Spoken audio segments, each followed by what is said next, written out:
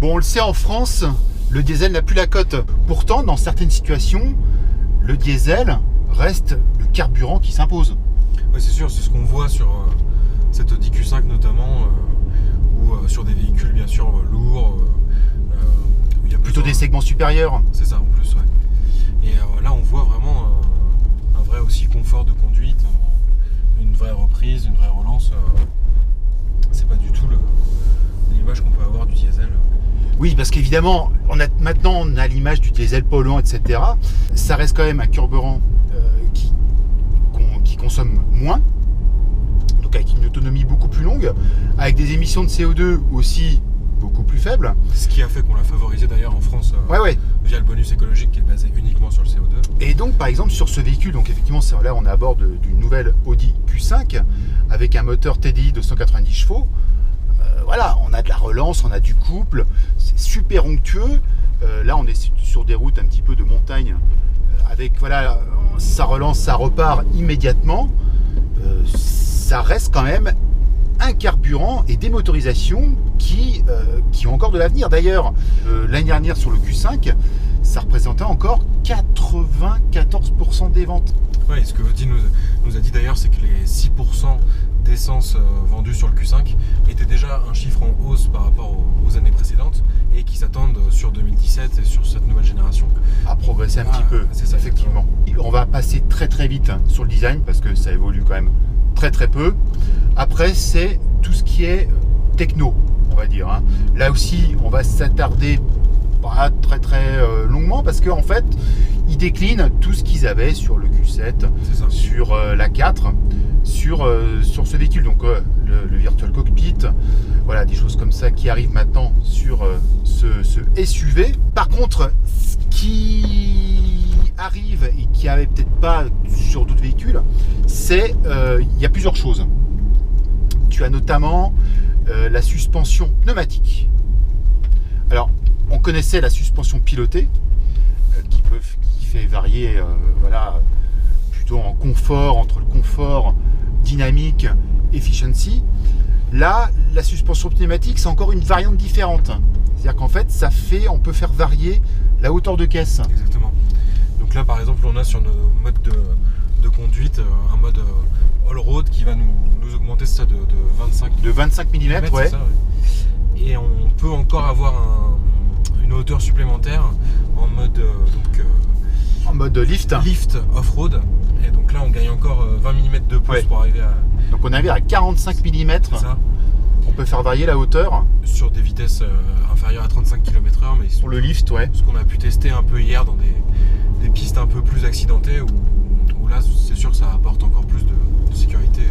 Voilà, parce qu'évidemment, en augmentant la hauteur de caisse, on a un angle d'attaque, un angle de fuite beaucoup plus important. Donc évidemment, on peut franchir des passages plus facilement. Alors ce qui est pas mal aussi, c'est qu'en fait, on visualise, c'est un peu gadget, mais un petit peu l'assiette du véhicule.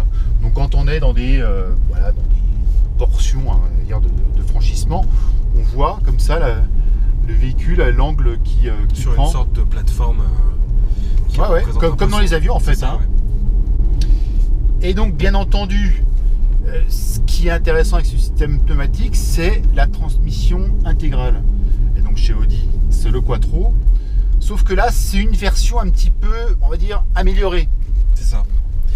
Ils ont introduit en fait de l'intelligence qui fait que le train arrière peut être découplé dans les situations où il n'est pas utile d'avoir une fourniture d'énergie via les 4 roues. Les 4 roues, exactement. En fait, par rapport au système Haldex, c'est qu'en fait, il coupe carrément. Avec le système Haldex, il y a toujours un petit peu de frottement. Voilà, il y a même 1 ou 2%. Alors que là, l'arbre est complètement coupé, donc il est complètement désolarisé. Donc on est sur une pure traction. Exactement. Donc l'optique, évidemment. Réduire la consommation avec Audi qui annonce un gain de 0,3 litres au 100 en moyenne, ce qui est quand même toujours négligeable. Ouais. Et autre apport de ce système Quattro Ultra, c'est qu'en fait il est prédictif. C'est-à-dire qu'en fait il anticipe même s'il a besoin d'avoir une répartition du couple roue avant ou arrière. C'est ça. En fonction du mode sélectionné par le conducteur, de la température extérieure, des données même cartographiques via le GPS, il va pouvoir anticiper par exemple un virage et remettre à disposition la transmission intégrale. Alors bien sûr, hier a priori, on a pu en plus tester le système sans vraiment se rendre compte d'une éventuelle désactivation à un moment parce que les ingénieurs d'Audi ont travaillé pour que ce soit complètement neutre. Transparent. Ouais. Non, mais c'est dingue quand même cette intelligence qu'on peut mettre dans un tel dispositif parce que effectivement, tu le dis, il est capable de voir si la température, par exemple, est plus faible. Donc il va se dire, il y aura peut-être de la neige ou du verglas. Donc voilà, il va falloir mettre un petit peu de répartition de traction sur toutes les roues. Pareil ici, en fonction du type de conduite, en fonction même du volant, s'il voit qu'on tourne beaucoup le volant, il se dit, le système se dit, oulala, bah donc ça doit être une route avec beaucoup de virages, donc là on va lui mettre de la motricité sur les 4 roues. Voilà, c'est quand même c'est l'intelligence au service de l'efficacité et de la sécurité. Exactement. Et dans ces équipements technologiques qui arrivent, il y a aussi le traffic jam. Oui, donc là c'est vraiment la conduite assistée dans les bouchons. Vous n'avez plus qu'à tenir le volant et c'est la voiture qui, en suivant les lignes de la route et en repérant le véhicule de devant, va potentiellement passer de l'arrêt à une conduite lente. Et ça prouve aussi avec ce système-là que ça reste un véhicule urbain aussi. Hein. Complètement.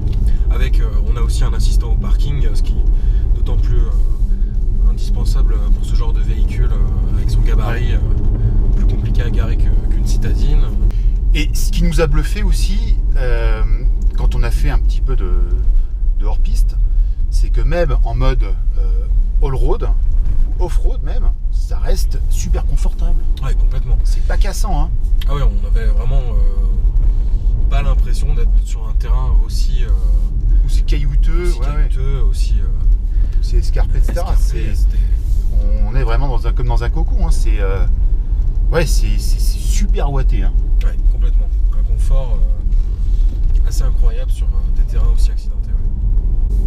Donc quand on voit un petit peu les prestations qu'offre ce Q5, le phénomène des SUV n'est pas près de s'essouffler. Hein. Non, c'est ce qu'on constate. Après, voilà, on peut être fan ou pas. On voit aujourd'hui qu'il y a vraiment une forte demande, que les marques du coup multiplient les modèles. Donc chez Audi, on a Q2, Q3, Q5, Q7. Ouais, ça fait vraiment ça fait quand même une bonne gamme. Ça représente donc 27% des ventes de voitures neuves en France sont des SUV. Exactement. Et c'est exactement ce même chiffre chez Audi. C'est-à-dire que Audi France vend 27% de ses véhicules vendus sont des SUV. Ouais. Hein, c'est là qu'on voit qu'ils ont quand même bien réussi à anticiper la ils sont pile dans les clous en fait du marché complètement en volume. Hein. Et surtout qu'on voit bien la progression depuis la première génération de Q5 2008, donc 9 ans déjà, où à l'époque la demande en SUV était moindre, et où depuis...